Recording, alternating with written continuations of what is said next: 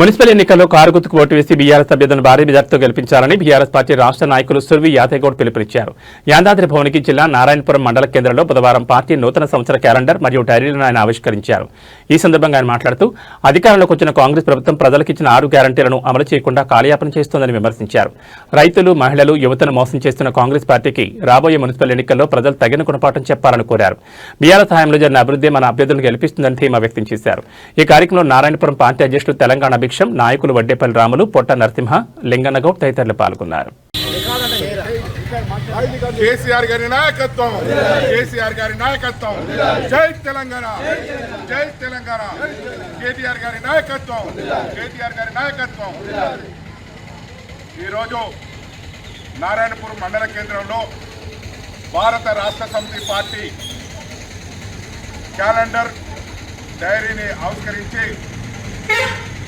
రాష్ట్ర సమితి పార్టీ నాయకులు అందరూ హాజరైనారు.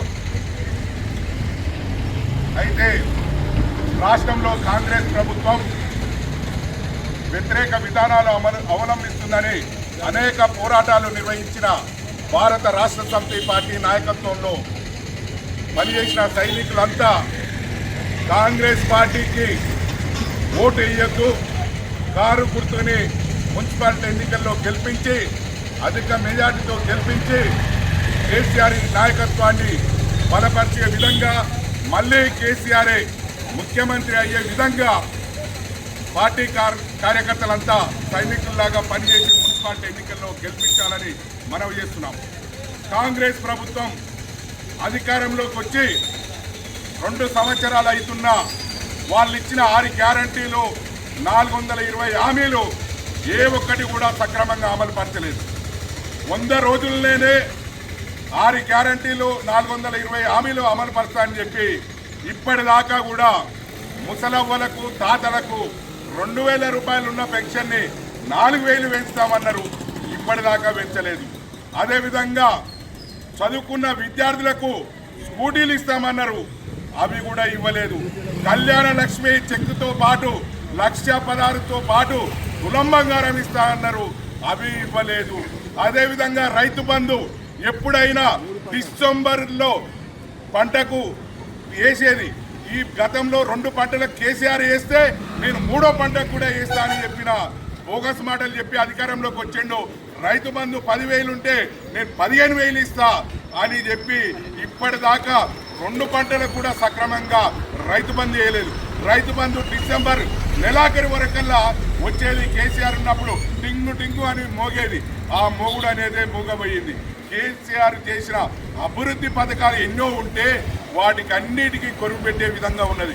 అదేవిధంగా నిరుద్యోగులకు ఉద్యోగ అవకాశాలు 2 లక్షల ఉద్యోగాలు కల్పిస్తామన్నాడు, ఇప్పటిదాకా ఉద్యోగాలు లేవు. కేసీఆర్ చేసిన నోటిఫికేషనే భర్తీ చేయడం జరిగింది. ఇట్లా చూసుకుంటూ పోతే అనేక రకాలుగా ఉన్నాయి. మీరు కాంగ్రెస్ వారు చేసే దోపిడీ స్కామ్ల మీద, దోపిడీ మీద ఉన్న శ్రద్ధ, కానీ ప్రజాపాలన మీద, పరిపాలన మీద లేకుండా అయిపోయింది. అదేవిధంగా రేవంత్ రెడ్డి గారికి చెప్పిన మాటలకు పొందన లేకుండా అయినది. ఏమన్నా ప్రతిపక్షాలు ప్రశ్నిస్తే పేగులు తీసి మెడలేసుకుంటా అంటాడు, తొండలు లాగిలేనిస్తా అంటాడు. ఇదే మీ పరిపాలన? కేసీఆర్ గారు కాళేశ్వరం ప్రాజెక్టు కట్టి లక్షలాది ఎకరాలు పండించిన రైతు కళ్ళల్లో ఆనందం చూస్తే, వీరు కాంగ్రెస్ ప్రభుత్వంలో యూరియా కూడా సప్లై చేయలేని దద్దమ్మ ప్రభుత్వం రోడ్డు మీద రైతులు అన్నమో రామచంద్ర అని అనుమతిస్తున్నట్టే సిక్కిమాలిన ప్రభుత్వం కాంగ్రెస్ ప్రభుత్వం అని తెలుస్తుంది. ఈ కాంగ్రెస్ ప్రభుత్వానికి అందుకే ఓటేయొద్దని మేము చెప్తున్నాం.